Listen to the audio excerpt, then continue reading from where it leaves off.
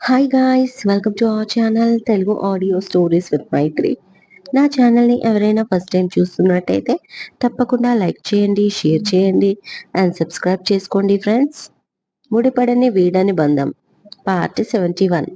ఇక లేట్ చేయకుండా స్టోరీలోకి వెళ్ళిపోదామా ఫ్రెండ్స్? కదా, నాది సేమ్ సిచ్యువేషన్. నాకు తనకి బ్లడ్ రిలేషన్ లేదు, బట్ తను పశ్చాత్తాప పడుతున్నాడు. నేను కూడా తన పైన కక్ష పెట్టుకోలేదు. తను కూడా చేసిన దానికి క్షమాపణ అడిగాడు. తన కంపెనీకి హెల్ప్ అవుతుందని అనుకుంటున్నాడు. ఇన్నాళ్ళు ఆరోగ్యం బాగాలేక బిజినెస్ పట్టించుకోలేదని, తనకు సరైన గైడెన్స్ ఇచ్చేవాళ్ళు ఎవరూ లేరని, నన్ను ఒక బ్రదర్ లాగా అనుకుంటున్నాడని, తనకు ఇంత చొరవగా అడిగేవాళ్ళు ఎవరూ లేరని వాపోయాడు. అలా అని నేను తన మాటలకి పడిపోలేదు. జస్ట్ ఇది బిజినెస్ డీల్ మాత్రమే.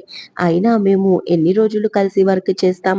Just 6 months. ఆ తర్వాత అతను ఎవరో మనము ఎవరమో అంతే అన్నాడు కళ్యాణ్.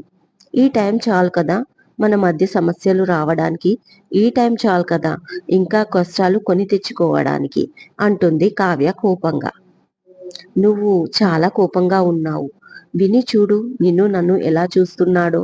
మనం వాదించుకుంటుంటే ఇలా రా నాన్న అంటూ చేతిలోకి తీసుకొని మమ్మీని ఎలా కూల్ చేద్దాం? ఓ పని చేయి, నువ్వు మమ్మీకి కిస్ ఇవ్వు. అప్పుడు కూడా కూల్ అవ్వకపోతే నేను ఇస్తాను అంటాడు కావ్య దగ్గరికి జరిగి కళ్యాణ్. అయినా కావ్య ఫేస్లో నవ్వు రాకపోవడంతో విని, నువ్వు చెంపకు కిస్ ఇవ్వు, నేను మాత్రం వేరే ప్లేస్లో ఇస్తాను అన్నాడు కళ్యాణ్ కొంటెగా నవ్వుతూ. ఆ మాటకి కావ్య వెంటనే నవ్వేసింది. మీతో ఇదే ప్రాబ్లం, నన్ను పిచ్చిదాన్ని చేస్తారు అంటుంది మురిపంగా. అంతలో ఫుడ్ ఆర్డర్ వస్తుంది. బాబుకి తినిపిస్తూ వాళ్ళు కూడా తింటూ మాట్లాడుకుంటారు. మార్నింగ్ నారాయణతో జరిగిన సంభాషణ అంతా చెప్తుంది కళ్యాణ్కి. దాంతో కళ్యాణ్ మూడ్ మారిపోతుంది. వాడు అసలు మనిషేనా? నన్ను కాదని వేరే అతన్ని చేసుకున్న ఆ అమ్మాయితో నాకు లింక్ పెడతాడా? ఎదవ. ఆ పెళ్లికి కూడా కారణం వాడే.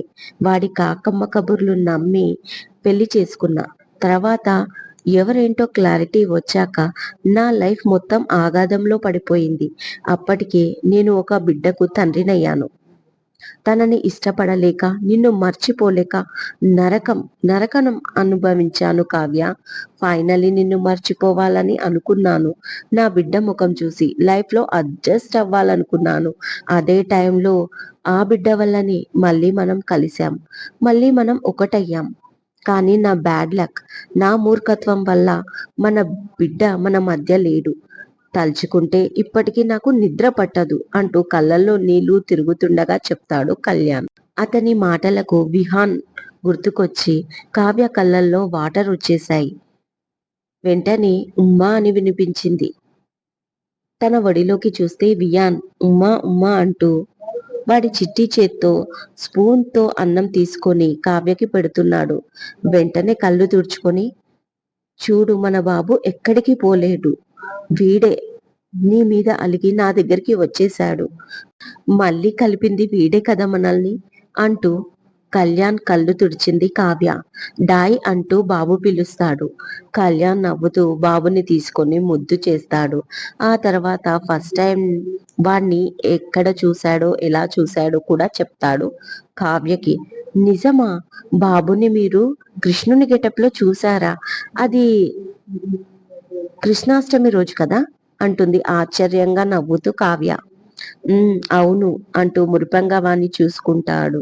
ఇంకా కబుర్లు చెప్పుకుంటూ లంచ్ కంప్లీట్ చేసి కావ్యాన్ని ఇంటి దగ్గర వదిలేసి మళ్ళీ తన ఆఫీస్కి వెళ్ళిపోతాడు కళ్యాణ్. అది దూరం నుంచి చూసిన నారాయణ కడుపు మండిపోతుంది. ఇక్కడ సాహితీ చెప్తే వినట్లేదు, ఇదేమో మహారాణిలా ఉంది, ఒక తండ్రి లేని అనాథ. నా ఇంట్లో పని మనిషిలా బతికింది. నా ముందు బిక్కుబిక్కుమంటూ మాట్లాడడానికి కూడా భయపడేది. అలాంటిది ఇవాళ ఈ ఇంటి యజమానురాలు అనుకుంటూ ఆ మాటని జీర్ణించుకోలేకపోయాడు నారాయణ.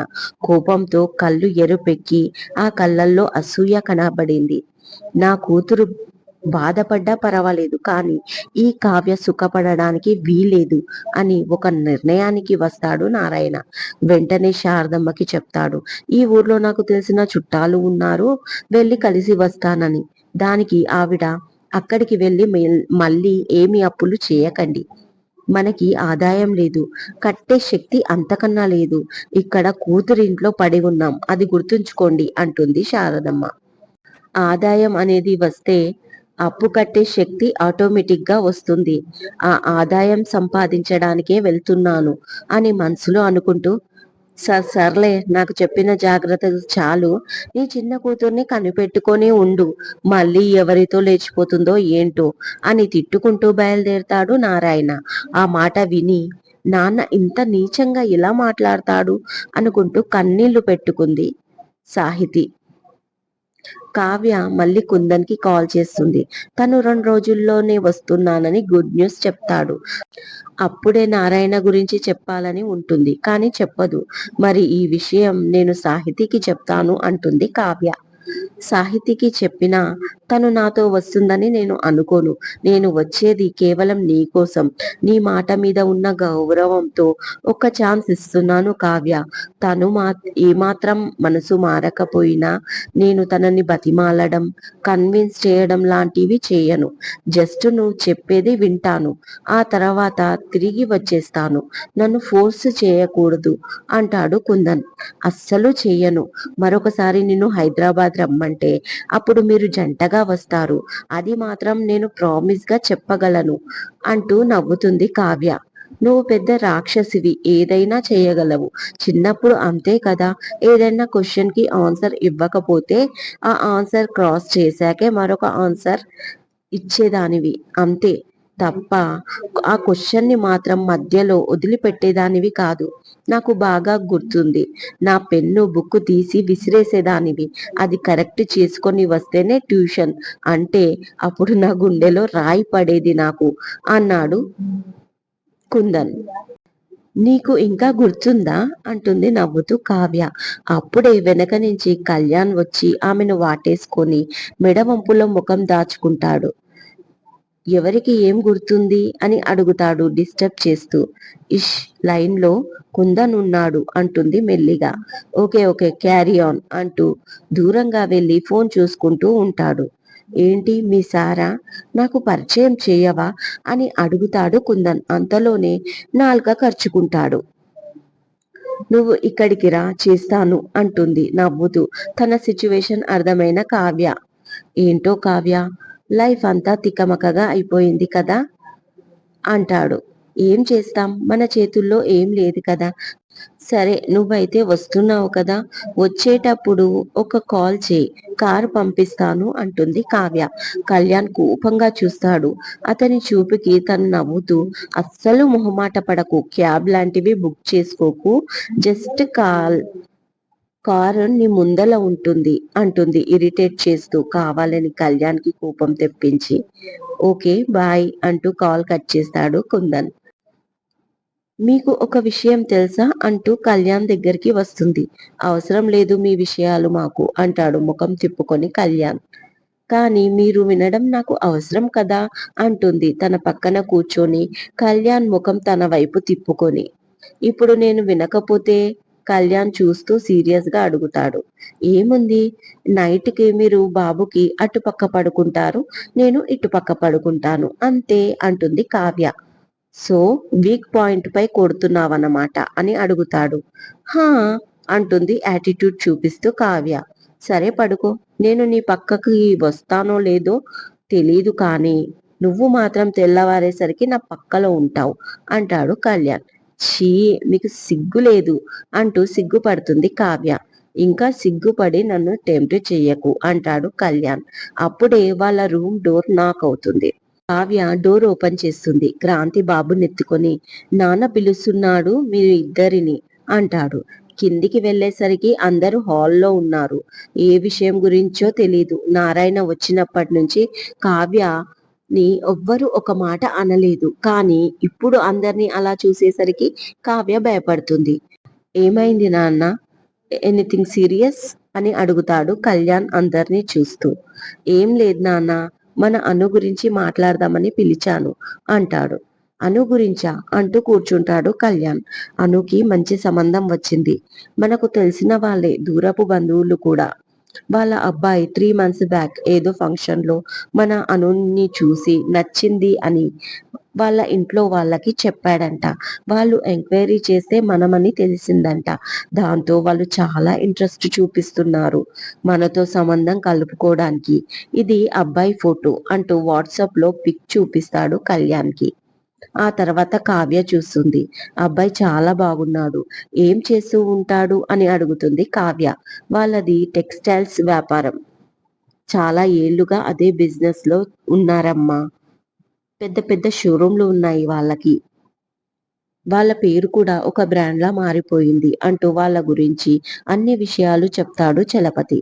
అబ్బాయి గురించి ఎంక్వైరీ చేయాలి కదా నాన్న అంటాడు కళ్యాణ్. అందుకే నాన్న నీకు చెప్తున్నాం. వాళ్ళు ఇప్పుడంటే ఇప్పుడు వచ్చేలా ఉన్నారు. కానీ నేను ఒక వారం టైం అడిగాను అంటాడు సురేంద్ర. నువ్వు అబ్బాయి గురించి అన్ని విషయాలు తెలుసుకో. మనకు ఉన్నది ఒకతే అమ్మాయి. దాని సంతోషమే మన సంతోషం.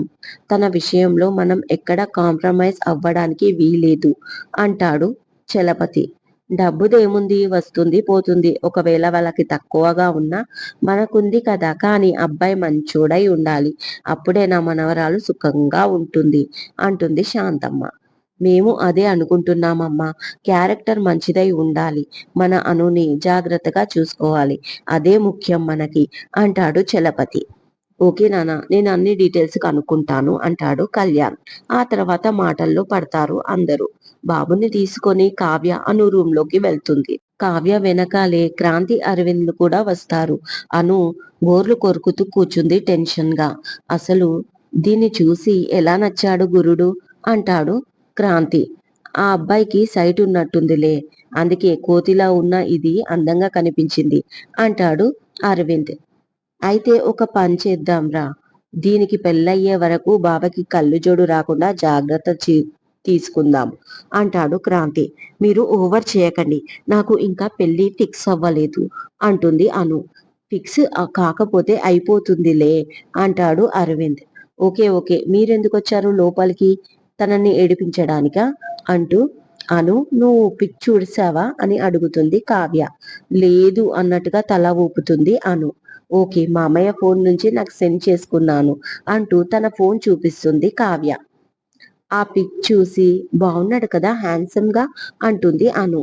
అయ్యో దీనికి కూడా సైట్ వచ్చిందే అంటూ అరవింద్ రాగం తీస్తే డొండు డొండే అంటాడు క్రాంతి.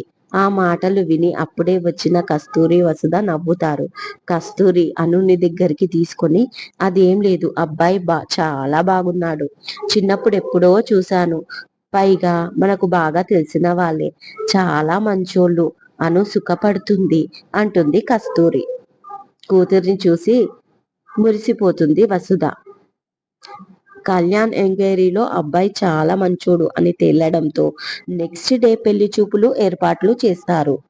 ఇదండి ఇవాళటి ఎపిసోడ్. ఈ ఎపిసోడ్ మీకు నచ్చినట్టు అయితే నాకు కామెంట్ లో చెప్పండి. అలాగే లైక్ చేయండి, షేర్ చేయండి అండ్ సబ్స్క్రైబ్ చేసుకోండి ఫ్రెండ్స్ నా ఛానల్ ని. మరొక మంచి ఎపిసోడ్ తో మీ ముందు ఉంటాను మైత్రి.